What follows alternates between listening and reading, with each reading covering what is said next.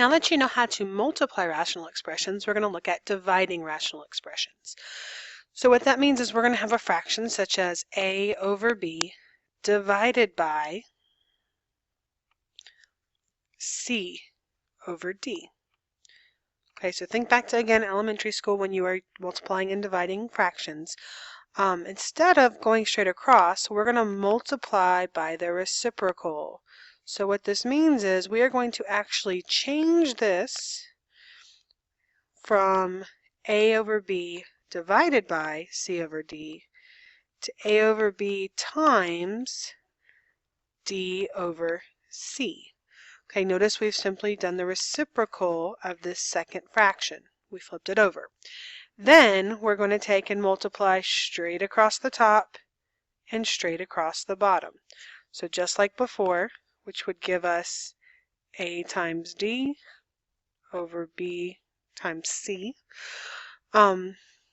Now, what you do have to be careful with dividing rational expressions, not only do you have to multiply it by the reciprocal, but when we are looking for excluded values, we have to look at the original denominators plus the new denominator.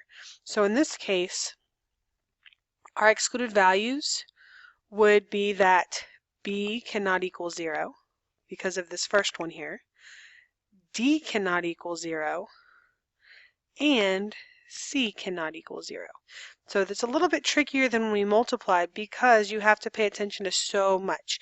You have to pay attention to the original denominators, these down here, this b and this d, and you have to pay attention to the reciprocals denominator. Okay, so let's jump into a problem. So number 5.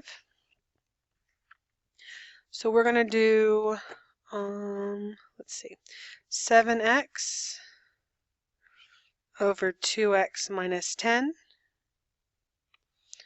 divided by x squared minus 6x over x squared minus 11x plus 30. So now, like before, we are going to factor. So on top we have just 7x. On bottom we would have a greatest common factor of 2 times x minus 5, because 2 times x is 2x and 2 times 5 is negative 10, divided by, in the numerator again, a greatest common factor of x. And in the denominator we have a trinomial, so we need factors of 30 that are going to add to be 11. So we got 1 times 30, 2 times 15, 3 times 10, let's see, 5 times 6, and I think that's going to be our winner right there. So x and x minus 5 minus 6. And now we are going to simply multiply, change division to multiply by the reciprocal. So what that means is, again, we're going to take this denominator and we're going to move it to the top. So we're going to do the reciprocal. So we have x minus 5 on top and x minus 6 on top, and then x times x minus 6 on bottom. So we've used the reciprocal. So now we're going to cancel out any like factors. So we have an x minus 5 here on bottom, that will cancel with that x minus 5. We have an x minus 6, that will cancel with that x minus 6. Notice that this x right here will cancel out. So we're left with, on the numerator, a 7, and the denominator just a 2. So look at that, we have actually the whole number left, 7 halves. Now again, we're going to have to write down our excluded values. Now this is again where we have to be mindful. This is why I actually did the second step where I did the factoring before I did the reciprocal. It's so that I can actually see the original denominators. So in my original expression, x cannot equal, well, for this first one here, it can't equal positive 5 because 5 minus 5 is 0. Then we also have the same value here, so x minus 5 and x minus 5, those are the same, so we don't need to write them twice. And then we have this x minus 6, so that value would be 6. But now we have to go to the reciprocal. So we had the 2x minus 5, it stayed, but now we have to look here as well. So notice that we now have to add in, well, x would be 0, and x minus 6 would be 6. So that one's already there. So we had to add in this x cannot equal 0 in order to make sure we covered all of our excluded values. Okay, so just a little bit trickier because of that reciprocal. All right, let's try number 6. So 2x squared over 3x divided by 6x squared over 12x cubed. So again, this time we have monomials instead of binomials or trinomials to work with. So make it a little bit easier. So we're going to start by, we don't really have to factor, but we do have to switch this to multiplying by the reciprocal. So times, again, we're going to put 12x cubed on top and 6x squared on the bottom, and we've seen these before. And then we're going to go straight across. Again, I'm not going to multiply 2 times 12. I'm just going to do 2 times 12. And then I'm going to have x to the 5th. Now, if you want to multiply 2 times 12, you're more than welcome to. I'm going to have 3 times 6, x to the 3rd. So when I start canceling, I know that 6 goes into 12 2 times. So that's why I've done it this way, so I don't have to multiply and waste some time. So on top we have 2 times 2, which is 4.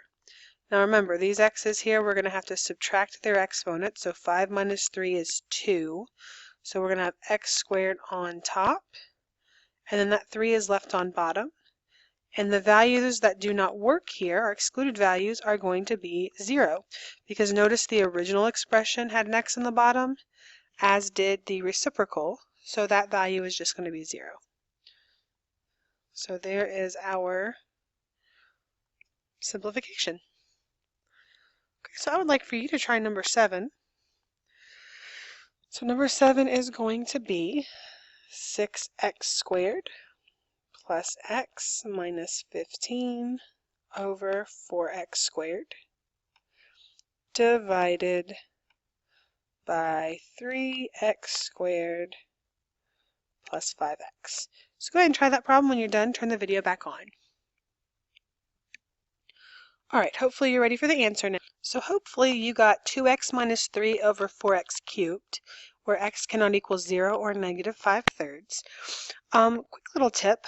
I realized that this one was probably, it took a little more thinking to factor this one out, as you had 6 in front of the x squared, making you have to do more factor pairs. So one of my pieces of advice for you when doing these is to look at the other factors around you. So what I mean by that is when I'm looking at this problem, I'm looking at this binomial here because I know I'm going to have to use the reciprocal. So 3x plus 5 may be a possible factor. So you can use what you're multiplying and dividing by to kind of make a educated guess on what those factors might be. Now still double check. Okay, I still multiplied this out to make sure it equaled this. But that's just a little tip on how to help you kind of figure out factors when a polynomial is kind of giving you a little bit of trouble. So notice here, 3x plus 5 is the only thing that canceled. And again, when you're looking at your excluded values, you have to look at the original and you have to look at the reciprocal. Okay, so those 3 values have to be paid attention to. So 0 and negative 5/3 would be your excluded values.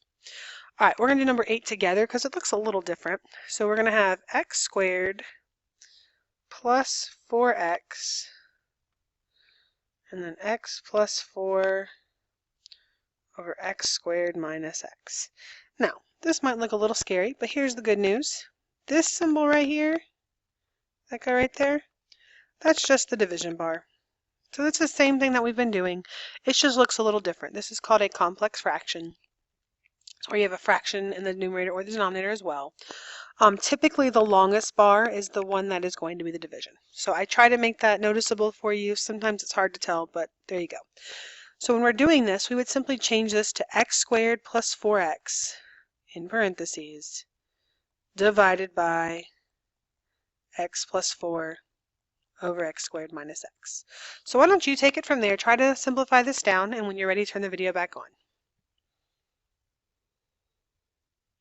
So our answer is x squared times x minus 1 such that x cannot equal 0, 1, or negative 4.